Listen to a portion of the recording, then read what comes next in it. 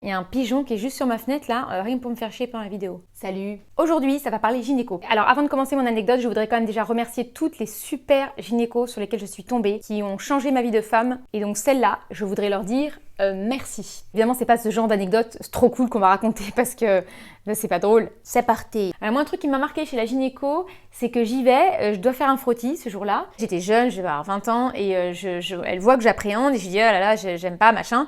Et elle me dit oh ça va, c'est pas plus gros qu'un pénis. Oui, non, d'accord. Je vois pas le rapport là. Le pénis, c'est dans un autre contexte que ce petit examen. À ce sujet-là, j'ai un ex qui m'a fait cette blague vraiment très drôle. À savoir, j'allais chez la gynéco, il m'a dit j'aimerais bien être ton gynéco. Non, vraiment, tu n'aimerais pas être mon gynéco. Hein. Imaginons si on pouvait transposer, tu vas chez le proctologue, tu vois, puis hop, il te met à 8h du mat une petite canule dans le fion, tu vois. Est-ce que t'es hyper excitée? Je suis pas sûre.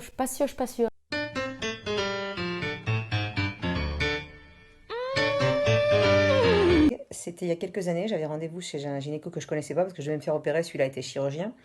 Il me reçoit, le mec, avec 3 stagiaires. Donc ils sont 4 mecs que j'ai jamais vus et qui vont faire fouiller ma chatte. Et à aucun moment, il y en a un qui me dit « Ça vous dérange pas qu'il y ait des stagiaires ?» Pourquoi te poser la question? Tu n'es qu'un bout de viande. Donc très vite, tu te retrouves la rondelle à l'air devant 4 connards que tu connais pas. En position chatte open, hein. Et là, ils sont, vas-y, la main dedans, le nez dedans, le gynéco en train de dire vous voyez là, c'est le col de l'utérus, on voit très très bien l'utérus, vous le voyez, vous le voyez. À un moment, j'ai fait lever la tête et dire excusez-moi les mecs, je suis là, hein, je suis vivante, j'entends ce que vous dites. Non, mais c'était tellement gros que j'ai fermé ma gueule et j'ai rien dit à aucun moment. Voilà, c'était open chat ce jour-là. J'en suis toujours parvenue, hein, je suis sortie de là, je devais avoir 25 de tension, je ne suis jamais retournée dans ce cabinet. Les gynécologues, moi j'en ai connu une palanquée parce que ma mère est gynécologue et du coup je trouvais jamais aussi bien qu'elle. Je trouvais jamais un service avec une telle proximité. Alors oui, parce que chez moi il y avait pas mal de proximité avec ma mère. Par exemple, quand j'ai eu mes règles au début, elle m'aidait à mettre mes tampons parce que j'y arrivais pas. Ou alors quand j'ai grandi aussi, elle a absolument insisté pour me foutre sous pilule alors que j'étais intégralement vierge. Mais bon, je sais pas, elle était terriblement inquiète alors j'ai dit d'accord. Et puis bon, un jour en grandissant, je me suis dit c'est bien là, on va couper le cordon. Et donc pour faire un vrai geste d'opposition, j'ai choisi un monsieur, un vieux, qui s'appelait Monsieur Marx. Voilà, c'était la rupture.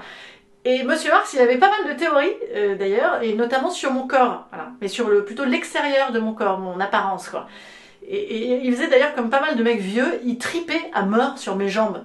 Et un jour, il m'a fait le plus beau compliment, le plus beau compliment de ma vie limite, hein. Il était donc face à ma touche, et là, le mec me regarde et il me dit vous avez vraiment de très beaux poils. Bon, du coup, j'ai rechangé de gynécologue après. Moi, je vais te raconter une anecdote qui est arrivée à une amie d'amis, une chirurgienne esthétique qui avait rendez-vous avec son gynécologue après sa journée de boulot. Donc elle est hyper à la bourre, elle passe chez elle rapidement pour se préparer, pas le temps de prendre de douche. Donc elle se souvient que sa fille avait des lingettes intimes dans sa chambre. Elle file dans la chambre de sa fille, hop, elle prend les lingettes, elle fait une petite toilette vite fait et c'est parti pour le rendez-vous chez le gynéco.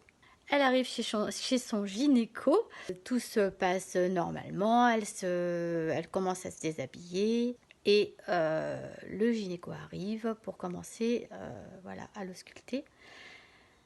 Et tout d'un coup, le regard du mec s'éclaire, il lève un sourcil et lui dit « Mais dites donc, mais on s'est fait toute belle ?» Alors là, la meuf, elle est sidérée, elle dit rien, elle comprend pas ce qui se passe. Elle se dit, le type, bon, pète un câble, je sais pas. Elle rentre chez elle, et puis le soir, au moment de prendre sa douche, elle constate qu'elle a des paillettes plein la foune. En effet, c'était des lingettes pailletées. Voilà. Salut! Voilà, c'est fini. Je voudrais vraiment remercier beaucoup ces 3 copines qui m'ont raconté leurs aventures chez le gynéco. Pour retrouver ces 3 copines, je vais mettre les liens dessous, je vais les taguer. Il y a Madame Meuf qui a un super podcast, Caroline Delors qui est humoriste, qui fait des vidéos drôles aussi sur son compte Instagram, et Bénédicte Voile qui est illustratrice, elle fait des beaux dessins. Enfin des belles illustrations, parce que beau dessin, ça fait un peu, on dirait qu'elle a un CP, je trouve. Et allez voir les autres épisodes parce qu'on a fait aussi sur le sexisme, on a fait sur les esthéticiennes, le métier d'humoriste. Bref, vous pouvez aller les voir tous. Mettre des likes, des commentaires, partager, voilà, en parler à votre copine, à votre voisine, à votre mère, dire ah, j'ai vu un truc vachement sympa, là, c'est cool.